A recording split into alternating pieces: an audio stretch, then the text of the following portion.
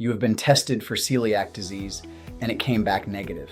So gluten was crossed off the list permanently and no one looked back. Meanwhile, the burning in your feet, the unsteadiness in your gait, and the fog in your mind have continued to worsen. What if I told you that you can be devastatingly sensitive to gluten in your nervous system while having a completely normal gut and a negative celiac test? I treat pain as a signal, never as a diagnosis. And one of the most under-recognized signals in neurology is an immune system that has been tricked into attacking the body's own nerves because a dietary protein happens to resemble them. This is called molecular mimicry, and today we are going to focus on how it specifically targets and destroys myelin, the insulation of your nerves. This overlaps with the broader gluten-neuropathy story, but here we go straight to the mechanism of the autoimmune attack itself. First, the myth must fall. Most clinicians believe gluten harms you only if you have celiac disease, the autoimmune destruction of the intestinal lining. If your gut biopsy is clean, gluten is dismissed. But the pioneering work of Dr. Marios Hadjivasiliou, published in The Lancet Neurology, established that gluten sensitivity can present purely as a neurological disease, with no intestinal damage whatsoever. The nervous system, not the gut, becomes the primary battlefield. Waiting for your intestines to be destroyed before taking gluten seriously is a clinical error that can cost a patient their mobility. Waiting for your intestines to be destroyed before taking gluten seriously is a clinical error that can cost a patient their mobility. Here's precisely how the attack on your myelin unfolds. When you eat gluten, your body breaks it into peptides, including one called gliadin. In susceptible people, the immune system flags gliadin as a threat and builds antibodies to destroy it. The tragedy is structural.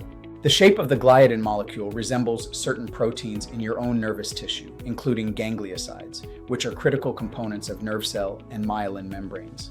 Because the shapes are similar, the antibodies built to attack gliadin cannot tell the difference. They bind to your own myelin and nerve membranes and attack them. Research published in the Journal of Immunology confirmed that anti-gluten antibodies bind directly to human neural tissue. Your immune system, trying to protect you from a sandwich, launches an assault on your own wiring.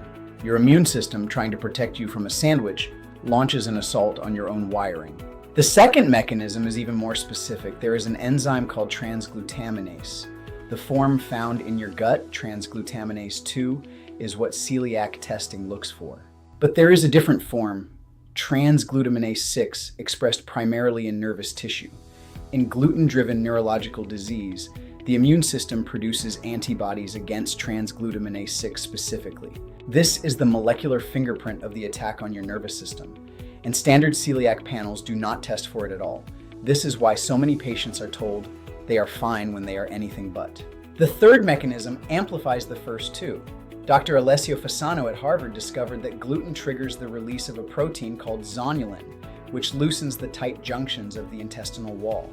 This leaky gut allows undigested proteins and bacterial toxins to leak into the bloodstream, igniting a body-wide inflammatory response with cytokines like TNF-alpha and interleukin-6. These inflammatory molecules cross into the nerve environment and the brain, adding a second chronic layer of damage on top of the direct antibody attack. These inflammatory molecules cross into the nerve environment and the brain. In the central nervous system, the signature of gluten autoimmunity is cerebellar ataxia. The cerebellum governs balance and coordination, and its Purkinje cells are rich in transglutaminase 6. When the antibodies attack, patients develop an unsteady gait, clumsiness, and slurred speech. Hadjivasiliou's research found gluten sensitivity to be a leading cause of otherwise unexplained ataxia. Add to this the brain fog, headaches, and mood disturbance driven by central inflammation, and you have a nervous system under siege from top to bottom. Balance and coordination are under siege. In the peripheral nerves, the demyelinating attack strips the insulation from the fibers, slowing and scrambling their signals. It typically presents symmetrically, with burning, tingling, numbness, and electric pain beginning in the feet. As the damage progresses to motor fibers, patients develop weakness, loss of reflexes, and a clumsiness they cannot explain. Often dismissed as aging, when the real driver is an immune system attacking myelin it mistook for bread. The contrarian truth, the internet will tell you that quitting gluten reverses neuropathy in days. It does not. Removing gluten stops the immune attack. That is essential. But myelin and axons regenerate slowly, around 1 millimeter per day, and only when the surrounding terrain supports it. 1 millimeter per day is the limit of human nerve regeneration. Meanwhile, conventional medicine errs in the opposite direction, refusing to investigate gluten in a neurological patient simply because the gut looks fine. Both are wrong. You must stop the attack and rebuild the nerve. Do not settle for a basic celiac screen. Ask for HLA-DQ2 and DQ8 genetic testing to define your susceptibility. Demand an expanded antibody panel. Total IgA, anti-gliadin IgA and IgG, demedated gliadin peptides, and critically, antibodies to transglutaminase 6, the nervous system-specific marker.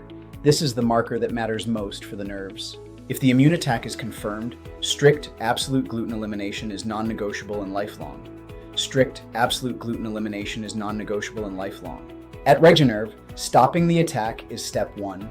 Rebuilding myelin is step 2.